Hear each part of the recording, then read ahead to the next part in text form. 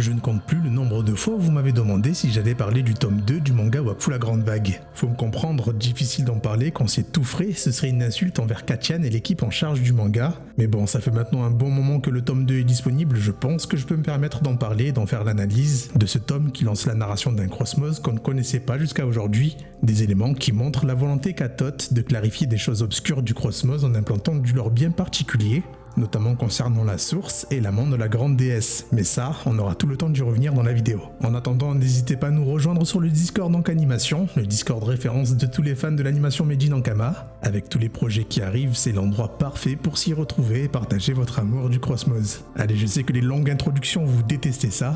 Découvrons sans plus tarder ce que nous réserve le tome 2 du manga Wakfu la Grande Vague.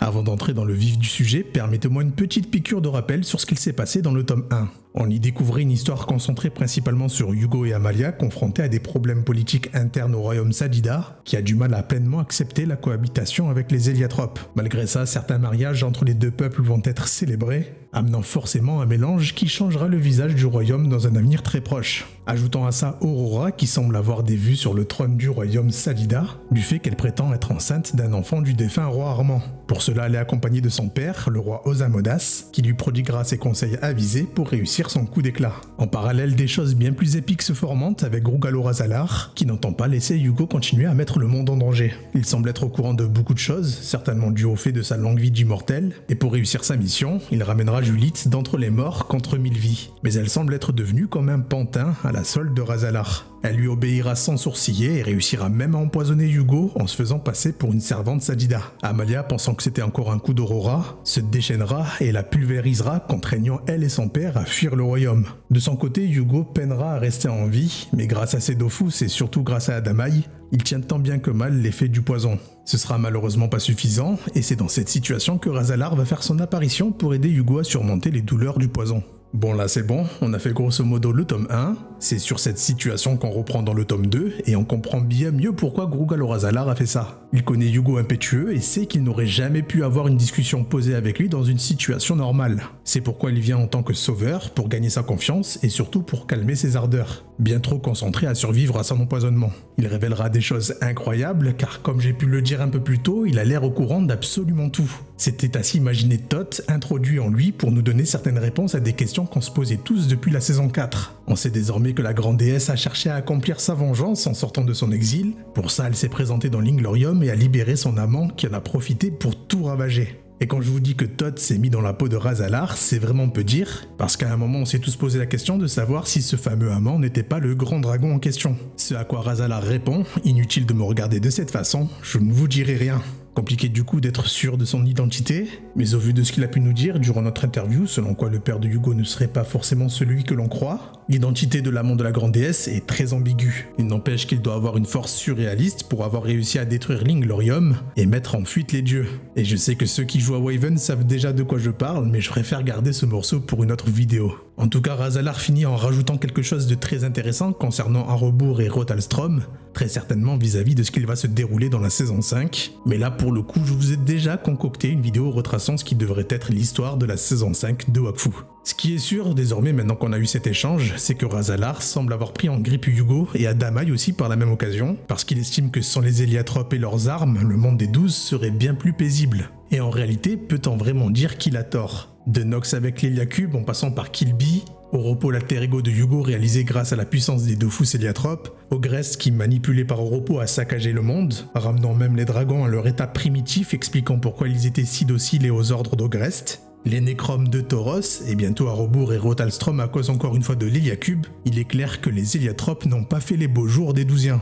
C'est pourquoi Razalar réclame l'Héliasphère et les Dofus Héliathropes pour s'assurer qu'à l'avenir, plus jamais Yugo n'engendrera de malheur. Pour que ces menaces soient prises au sérieux, il s'est procuré les 6 Dofus primordiaux pour pouvoir faire face si jamais Yugo n'obtempère pas. D'ailleurs, heureusement que Adamai était là pour le remarquer et calmer Yugo qui était prêt à en découdre. Seulement il y a un petit souci, l'héliasphère n'est plus entre ses mains, cachée dans un endroit qui nous est pour le moment inconnu. Razalar leur imposera alors un ultimatum d'1 mois avant que Julite ne revienne pour récupérer les Dofus et l'héliasphère. C'est sur cette scène que l'on quitte le royaume Sajida pour un endroit bien mystérieux. Un immense rocher flottant au-dessus de l'eau, autour duquel planent quelques dragons. On y retrouve à l'intérieur Dardondakal, veillant sur une immense boule lumineuse contenue par des dizaines de runes gravées tout autour. Il est intéressant de noter que dans cette ère, tous les dragons semblent opter pour une apparence très humanoïde à l'image d'Adamai. Une apparence qui avait déjà surpris sa mère par son originalité et qui continue d'être adoptée par tous les nouveaux dragons que l'on découvre. En tout cas, Dardondakal, comme on le sait, c'est plutôt un dragon attaché au sens de la justice. D'ailleurs, il se met en colère en voyant Julite, comprenant que Razalar a dû sacrifier la vie de 1000 personnes pour cela.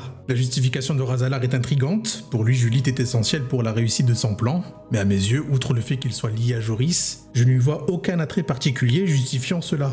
Surtout qu'il dit que ce n'est pas pour ses compétences physiques qu'elle a été invoquée. Il y a donc de grandes chances que Razalar, connaissant Joris plus que quiconque vu qu'il a été lié à lui, cherche à lui dérober quelque chose de précieux ou tout du moins assez important pour justifier ce sacrifice. Plus on entend parler Grogalo Razalar, plus on se demande s'il ne sait pas exactement le malheur qui risque de frapper le monde dans peu de temps, cherchant par tous les moyens à contrecarrer ce destin funeste. Dardondakal, lui, par contre, semble bien plus préoccupé par le piège renfermant ses frères. D'ailleurs, là aussi, c'est le mystère complet. D'où sort ce piège? Pourquoi lui et Razalar sont les seuls rescapés? On n'en sait absolument rien pour le moment. On retourne sur le royaume Sajida pour retrouver nos héros, et plus précisément sur Amalia, qui recherche conseil auprès de Datura. Elle lui recommandera d'aller à la rencontre de Maître Joris, vu la connexion qu'il a avec le dragon noir. Au passage, j'aime beaucoup le rôle de conseillère qu'adopte Datura, qui je trouve est bien plus lié à l'arbre de vie que ne l'est Amalia. Il y a même un monde où Datura jouera la médiatrice entre les deux, mais bon, pour le moment c'est pas le sujet. On retrouve donc notre bon vieux Joris avec Kerubim et Hacham en train de tenir la boutique, jusqu'à qu'une petite Ojinac se fasse la malle en essayant de voler quelque chose. En l'attrapant, Joris va être surpris de voir à quel point elle ressemble trait pour trait à Lilith. Lilith, qu'il a connue étant enfant il y a déjà quelques siècles maintenant. Si jamais vous avez vu Dofus le film, je pense que vous voyez de qui je parle. Malheureusement, il est impossible que ce soit elle vu le temps passé, mais il sera tout de même assez intrigué pour la suivre et la retrouver.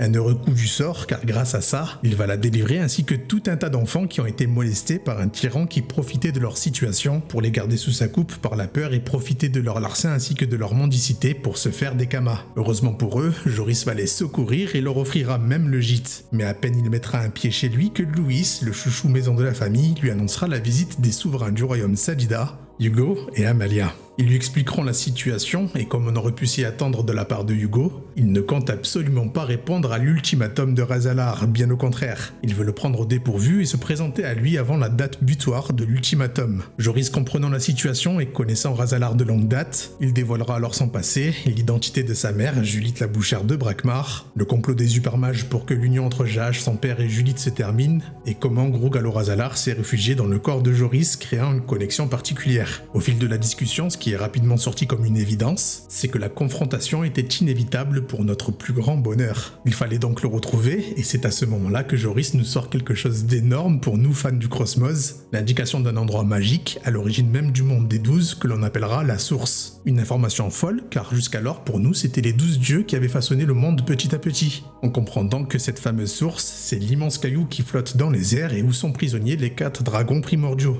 Logique d'ailleurs qu'ils s'y regroupent vu qu'elle regorge de Wakfu, très pratique pour remplir les batteries et combler le Wakfu nécessaire pour que les Dofus éclosent. Un endroit qu'on découvre pour la toute première fois, et je suis impatient de voir tous les mystères qui l'entourent. Comprenant la difficulté de la mission, Hugo va vouloir récupérer l'héliasphère, et contre toute attente, il semblerait que ce soit au Reine de Bonta qu'il a décidé de le confier. Sûrement dans le but de gagner la confiance des dirigeants du monde des 12 après l'esclandre qu'a dû provoquer l'invasion des Necroms. Il va donc demander audience, et c'est mignon, mais je voulais pas passer à travers. Sur le chemin, on a une prise de conscience de Hugo qui, fatigué de vivre des événements aussi durs, fait part à Amalia de son rêve de vivre paisiblement et de fonder une famille, ce qui va rendre Amalia folle de joie, vous imaginez bien. On voit bien que Hugo est très affecté par ce qu'on lui reproche sans arrêt, alors qu'au final il ne rêve que d'une chose, c'est de retrouver le quotidien paisible qu'il pouvait vivre autrefois avec son père adoptif Alibert. En tout cas, les voilà à demander audience, et bizarrement, ça semble être très compliqué d'être reçu, sans compter que la noblesse de Bonta ne semble pas trop les porter dans leur cœur. Agacés, ils décident de revenir à la bonne vieille méthode du portail de Hugo, et quelle fut leur surprise quand ils retrouveront dans la salle du trône en train de festoyer toute la noblesse de Bonta, ainsi que les reines, accompagnées d'Aurora et du roi aux Amodas. Une scène qui va raviver la colère d'Amalia, et sur laquelle on conclura ce tome 2. Bon, que dire en réalité de tout ce tome ? Ce que je note surtout, c'est qu'énormément de choses très intéressantes se dessinent ici et là. Déjà, Grogalo Razalar est passionnant. Il sait beaucoup trop de choses, mais rien n'explique comment il a pu se procurer tout ce savoir. À mes yeux, Thoth écrit Razalar comme étant le tout sachant sur l'univers du Cosmos qu'il est, et il se joue de nous en nous faisant saliver sur des pistes sans trop nous en dire, comme sur l'identité du père des Héliatrops primordiaux, alors que pour nous il était plus qu'évident que ce soit le grand dragon. Finalement, l'histoire n'est pas aussi simple, surtout quand on le recoupe avec l'histoire racontée dans Waven, ça devient très complexe. Le deuxième point, c'est Joris qui est remis sur le devant de la scène pour notre plus grand plaisir. D'ailleurs, maintenant on le sait, si Julite a été invoqué au final, c'est qu'il y a de grandes chances que ce soit pour tirer des choses de Joris. Et Razalar connaissant Joris plus que quiconque vu leur connexion, il va certainement jouer de ça pour le faire adhérer à son plan. La source, qui est à l'origine du monde, ça aussi ça sort complètement de nulle part, surtout qu'avant ça, l'histoire c'était que c'était les dieux qui avaient mis chacun un peu du sien pour façonner le monde comme la faune de Zamodas ou la flore de Sadida. C'est super mystérieux, mais logiquement, elle doit être quand même intrinsèquement liée aux Dofus primordiaux que les dieux ont conçus, vu l'attrait des dragons et la condensation de Wakfu dans ce lieu. Ça expliquerait peut-être pourquoi les frères dragons de Dardonnaka et les Grogalo Razalar sont piégés dans ce lieu, et peut-être qu'au final ce sont même les dragons des Dofus primordiaux qui ont réellement façonné le monde et non les dieux. En tout cas, j'ai grave hâte d'en savoir davantage. Le Cosmos s'étoffe et devient plus que jamais passionnant, et franchement, j'aurais jamais mis mon kama que ce soit à travers le manga que l'on s'y replongerait aussi intensément. J'en suis limite à être triste que le manga soit pas adapté en animé parce que l'histoire est excellente. Que ce soit l'histoire d'amour entre Hugo et Amalia qui devient de plus en plus attachante, le lore qui nous prend avec le retour des dragons primordiaux plus passionnant que jamais, ce destin inexorable contre lequel se bat Razalar, la politique des nations ou même interne au royaume Sadida, absolument tout me fait kiffer. Et je pense que j'aurais pris limite plus de plaisir que ce soit ce manga qui soit adapté en saison 5 plutôt que l'histoire d'Arebourg. Bien que je ne doute pas en la capacité de Thoth et Malek pour me faire retourner ma veste. En tout cas, vivement le tome 3 qui ne devrait plus trop tarder désormais, j'en trépigne d'impatience. Voilà pour cette vidéo autour du tome 2 du manga Wakfu la Grande Vague et j'espère que vous l'aurez apprécié. N'hésitez pas à en discuter en commentaire, comme d'hab, je ferai office de votre forum communautaire autour de la série. Allez, il est temps pour moi de vous laisser, c'était Zaki, pour vous servir. Ciao.